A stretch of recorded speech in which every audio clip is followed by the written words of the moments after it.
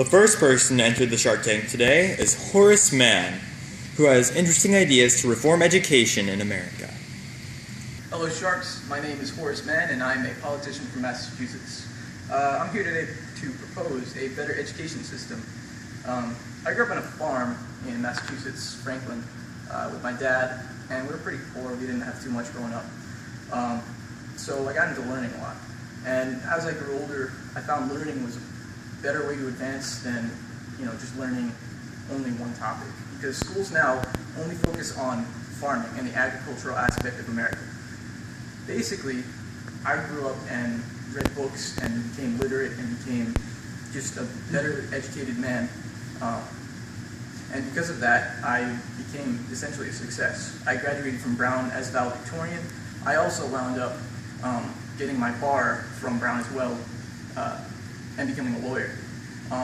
Now I'm currently a politician and in the Massachusetts state legislature.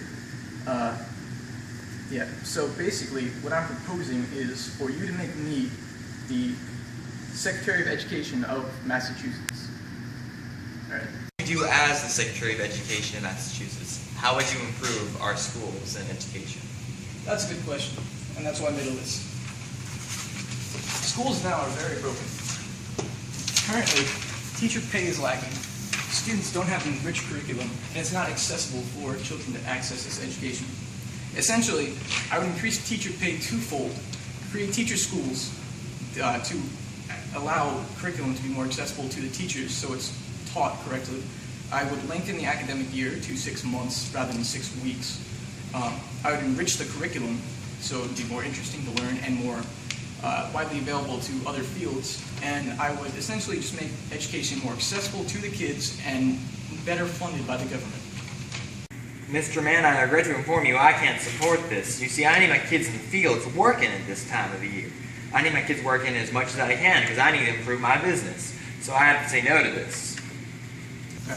Well, I do understand that, Mr. Billy. I have to inform you that we will still have them the entire summer and the education will be enriched. So we're not cutting out agriculture, we're just adding on more topics. I'm out. Okay then. Boy, do I like the sound of that. Free education for everyone. You're a genius. More Americans will have the opportunity to succeed in life, and my children will be able to live better than I ever could. This is a brilliant idea. I'm all in. You have my vote and my entire class's vote. That's a brilliant idea, Mr. Mann. I wholeheartedly agree, and it'll keep America at the top. I'm in. Thank you for all your time. I really appreciate it. It looks like Horace Mann's proposal went through. In the following years, literacy rates throughout America improved dramatically, both in the North and South.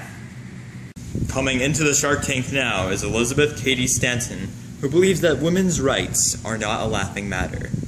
Hello, my name is Elizabeth Stanton, and I'm from Seneca Falls, New York. I am here for the women's rights movement. My father was a successful lawyer, and he always made it very clear that he had wished I was a son. So in spite of him, I wanted to prove that men and women are created equal. I graduated from Troy Female Seminary in 1832, and I've been a part of 3 different movements, including temperance, abolition, and women's rights. Today I'm here to prove that women's rights need as much as any other American citizen. I'm happily married to Henry, and we work together as a couple. And when we went to an anti-slavery movement together in London, all the women were not allowed to enter just because of our gender. So angry and frustrated, we returned home to New York, and we held the Seneca Falls Convention.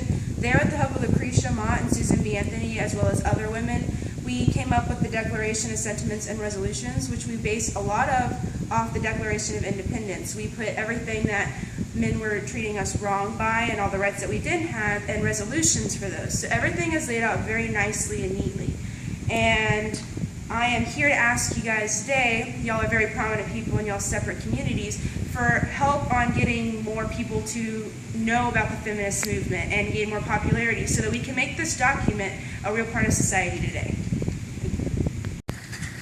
Mrs. Stanton, may I please see one of these papers of yours? Yes, of course, I have one for every good.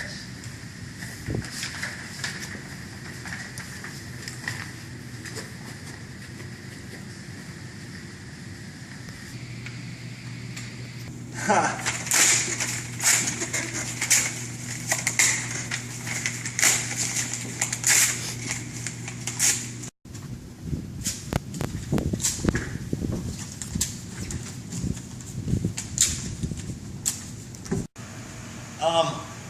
Look here, Mrs. Stanton. I appreciate the effort you put into your presentation and these documents, but that's just not the natural order of our world. You see, we were created that men are superior to women in every single fashion, intellectually, physically, mentally, every single way. And I cannot let this pass, you see, because that would defy the natural order of things. And whenever something defies the natural order of things does not work out, I suggest you go and make me a sandwich and just, get out of here. I'm out. Miss Stanton, I've seen women work. However, the wage is too few, and men don't want to see women working. They don't have the education required to succeed, and people would rather have male workers. You're an intelligent woman, but you're ahead of your time. I'm afraid I have to be out. Well, I hate to say it, Miss Stanton, but I'm afraid that this is not the correct time for a women's feminist movement to grow so prominent so quickly. The typical Southern woman doesn't even engage in public activities, and it is a disgrace for us to work. Plus, the only right that we need is protection, and in order to get that protection, we have to listen to our husbands, and we're not willing to risk that. So, it's just not the right time, and I am not willing to spread this idea. I'm very sorry, but I'm out. I understand. Thank you for your time. Well, it looks like Miss Stanton's proposal did not go through the way she desired.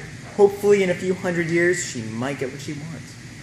With the westward expansion of the United States of America, coupled with the territorial gains of our country as a result of the Treaty of Guadalupe Hidalgo, tensions has built between the North and South on the issue of slavery in these western lands. Today, on Shark Tank, Stephen A. Douglas talks to our panel of experts on a proposal to end these disputes.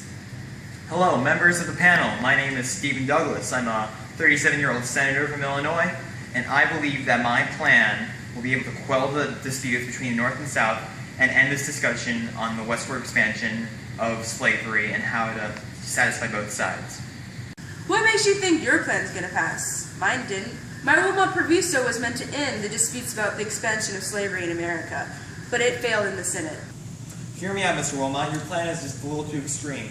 Southern congressmen and Southern senators will not go along with this. But my proposal is a little bit more of a compromise.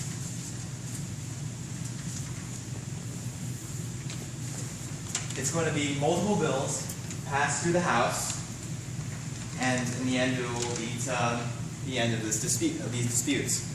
Now, first of all, California is going to become a free state, but the two territories, the Utah and New Mexico territories, they're both going to decide via popular sovereignty whether they should keep slaves or not. We're going to define a border for Texas, which will remain a slave state. And also the District of Columbia will forbid all slave trade within its borders, and we will also issue new fugitive slave laws that will be placed on the American populace that will allow, owners to get their slaves back in a quick, efficient manner. I disagree with your proposal, Douglas. We should not discuss this topic until the majority of Western territories are states.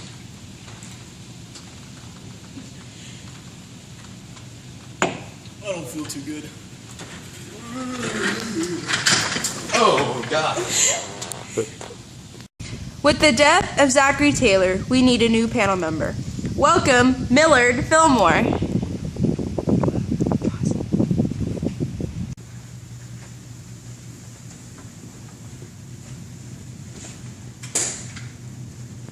I support many aspects of your plan, Douglas. I've been in California as a free state, and ending slave trade in the District of Columbia are brilliant ideas. But I cannot support your entire plan. I'm sorry, but my fellow Northerners will not be going for the new fugitive slave laws that you're going to enforce. I'm very sorry, but I'm out. I'm all for your plan. Our country is torn apart by this issue, and this plan has the possibility to unite both the free and the slave states. Now, granted, neither side will get all they hope for, but it's still a step forward. I'm all in. By September of 1850, all the components of the Compromise of 1850 have been approved by Congress and signed by President Fillmore. In the past 8 years, Douglas has helped pass the Kansas-Nebraska Act, which has resulted in hundreds of deaths and political controversy, and has defeated fellow politician Abraham Lincoln in this year's run for Illinois Senator.